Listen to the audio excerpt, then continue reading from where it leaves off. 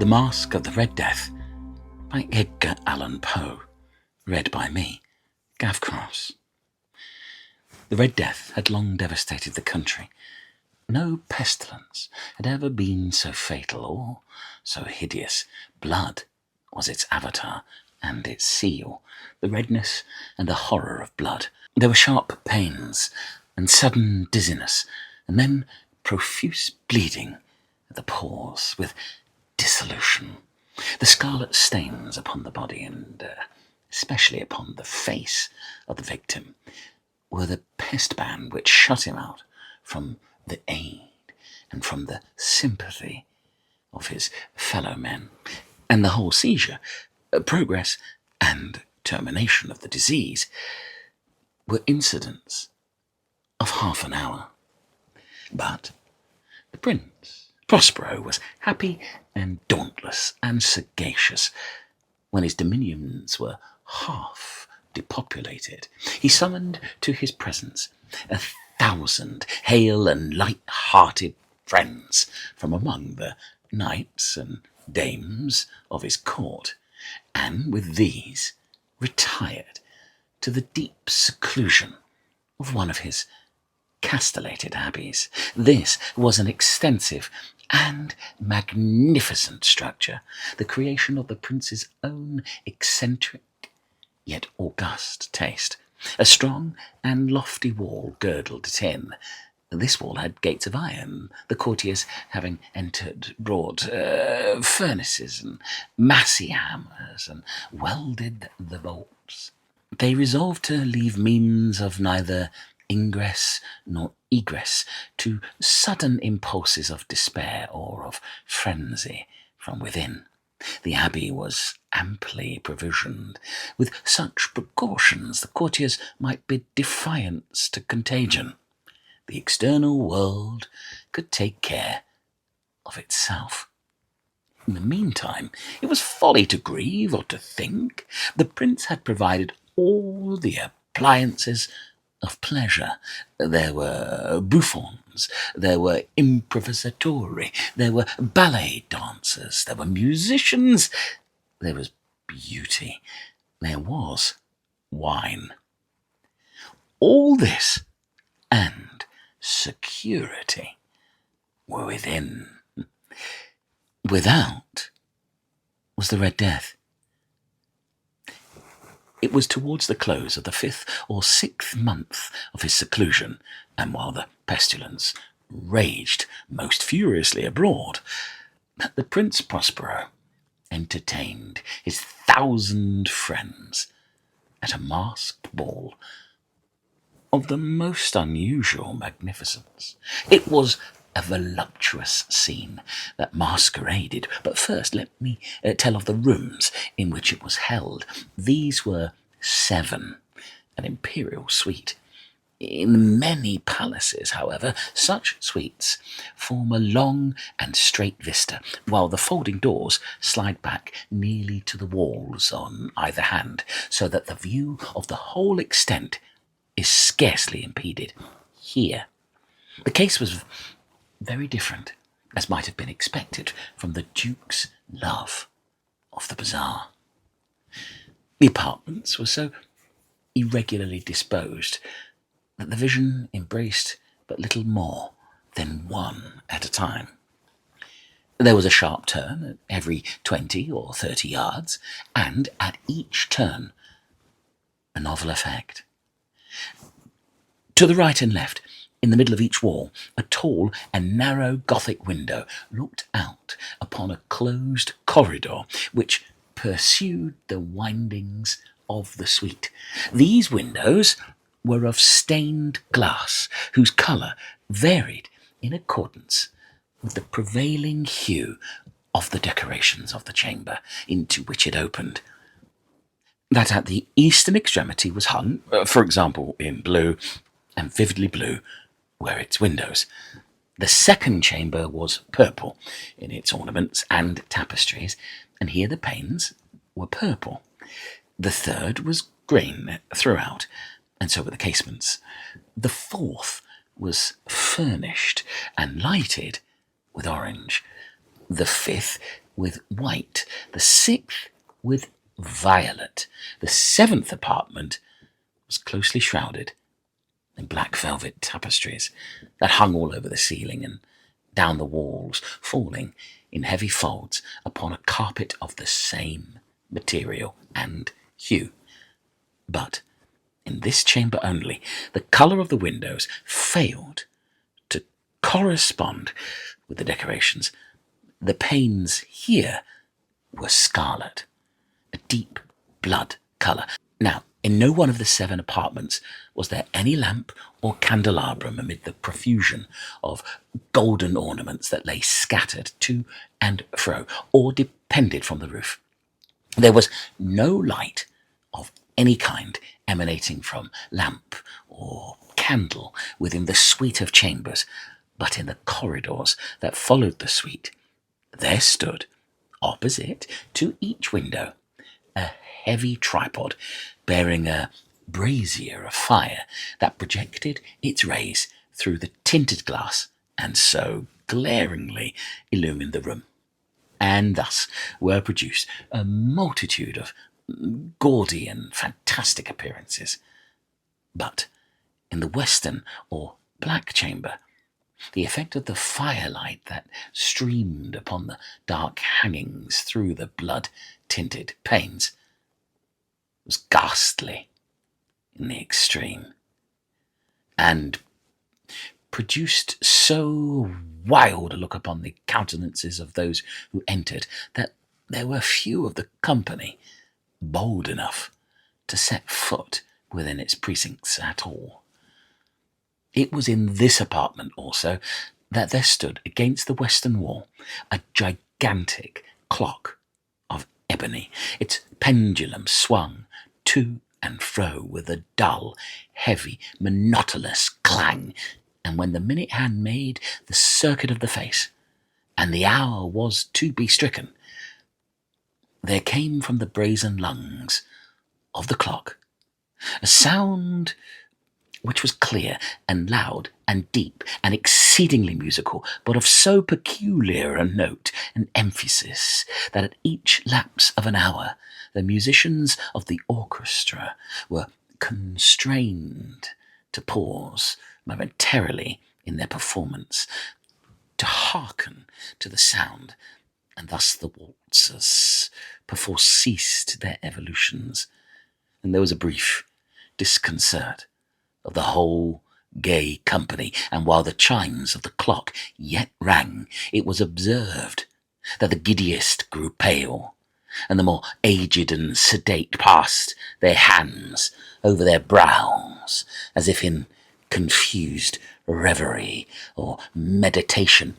But when the echoes had fully ceased, a light laughter at once pervaded the assembly. The musicians looked at each other and smiled, as if at their own nervousness and folly, and made whispering vows, each to the other, that the next chiming of the clock should produce in them no similar emotion.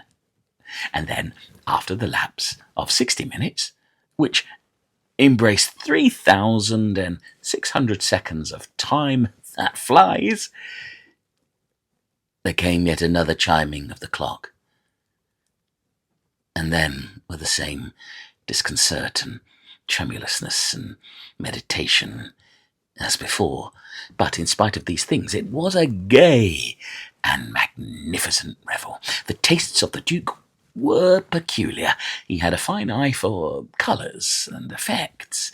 He disregarded the decoration of mere fashion. His plans were bold and fiery, and his conceptions glowed with barbaric lustre. There are some who would have thought him mad. His followers felt that he was not. It was necessary to hear and see and touch him to be sure that he was not. He had directed in great part the movable embellishments of the 7 chambers upon occasion of this great fete, and it was his own guiding taste which had given character to the masqueraders. Be sure they were grotesque. There were much glare and glitter and piquancy and phantasm. Much of what has been seen since in Hernani. There were arabesque figures with unsuited limbs and appointments. There were delirious fancies, such as the madman fashions. There were much of the beautiful, much of the wanton, much of the bizarre, something of the terrible, and not a little of that which might have excited disgust.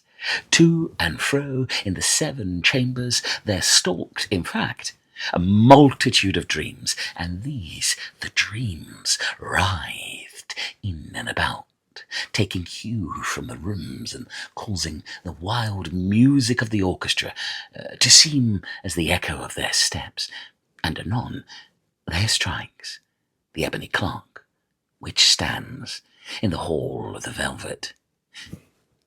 And then for a moment all is still and all is silent, save the voice of the clock. The dreams are stiff frozen as they stand, but the echoes of the chime die away. They have endured but an instant, and a light, half-subdued laughter floats after them as they depart. And now again the music swells, and the dreams live and writhe to and fro more merrily than ever, taking hue from the many tinted windows through which stream the rays from the tripods. But to the chamber which lies most westwardly of the 7, there are now none of the maskers who venture, for the night is waning away, and there flows a ruddier light through the blood-coloured panes, and the blackness of the sable drapery appalls, and to him whose foot falls upon the sable carpet, there comes from the near clock of ebony a muffled peal, more solemnly emphatic than any which reaches their ears, who indulged in the more remote gaieties of the other apartments. But these other apartments were densely crowded, and in them beat feverishly the heart of life, and the revel went whirlingly on until at length there commenced the sounding of midnight upon the clock, and then the music ceased, as I have told, and the evolutions of the waltzers were quieted, and there was an uneasy sensation of all things as before. But now there were 12 strokes to be sounded by the bell of the clock. And thus it happened. Perhaps that more of thought crept with the more of time into the meditations of the thoughtful among those who revelled.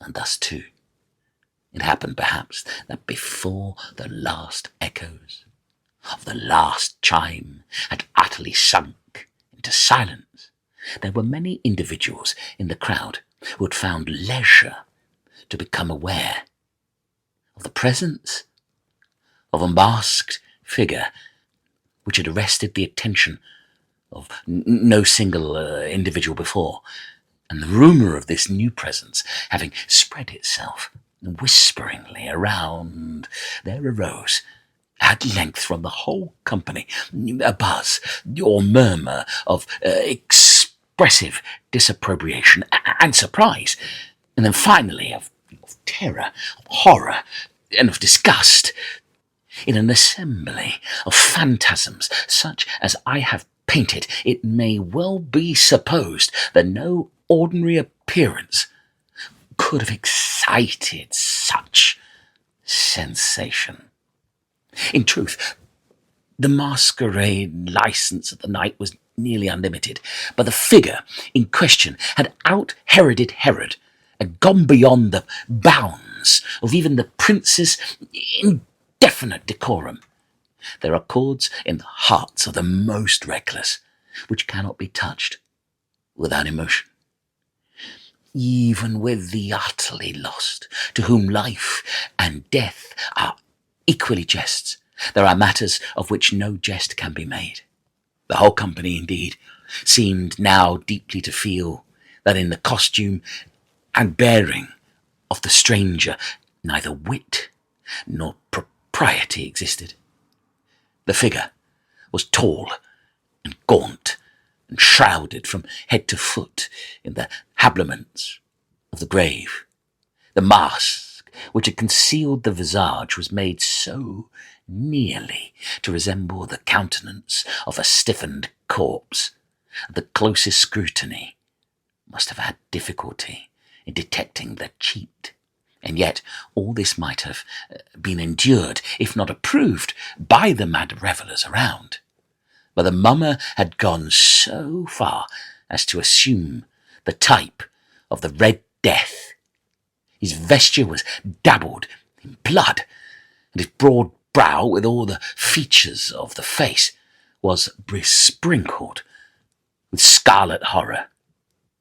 When the eyes of the Prince Prospero fell upon this spectral image, which, with a slow and solemn movement, as if more fully to sustain its role, stalked to and fro among the waltzers, he was seen to be convulsed in the first moment with a strong shudder of either of terror or distaste, but in the next his brow reddened with rage. "Who dares," he demanded hoarsely of the courtiers who stood near him, "who dares insult us with this blasphemous mockery? Seize him and unmask him, that we may know whom we have to hang at sunrise from the battlements."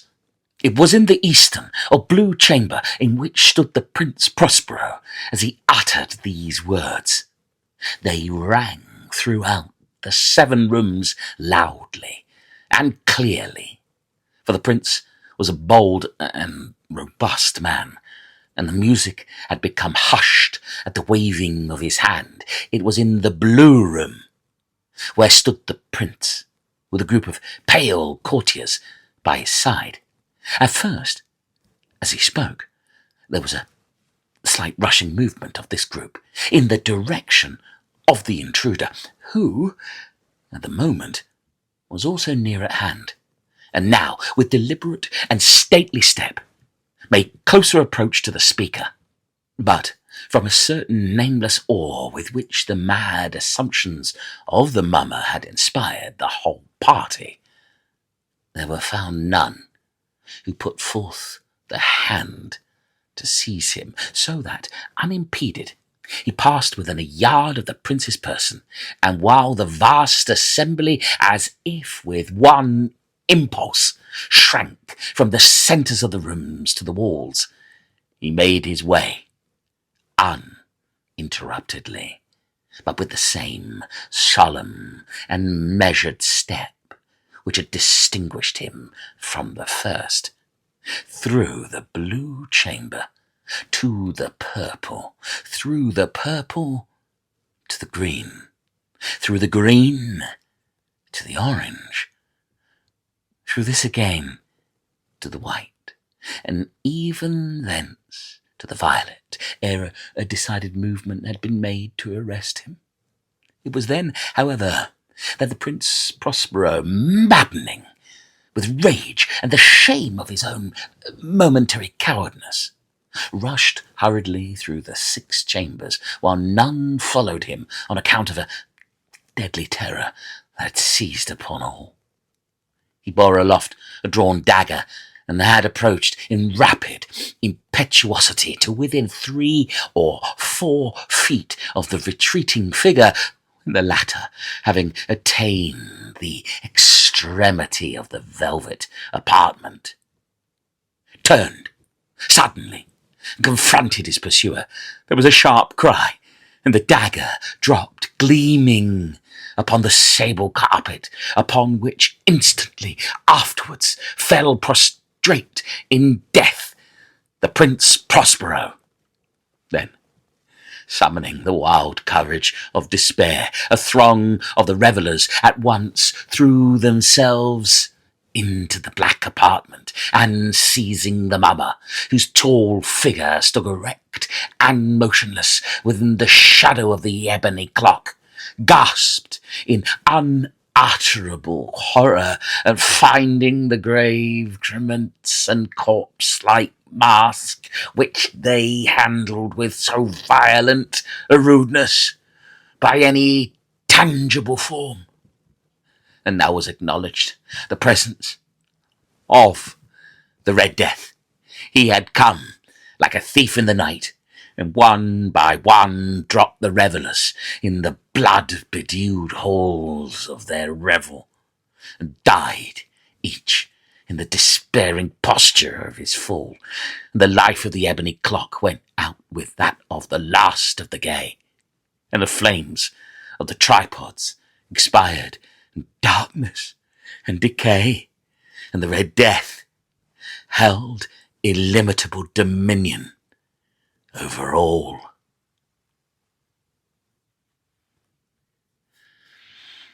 The Masque of the Red Death by Edgar Allan Poe, read by me, Gav Cross, for the Haunted Book Club.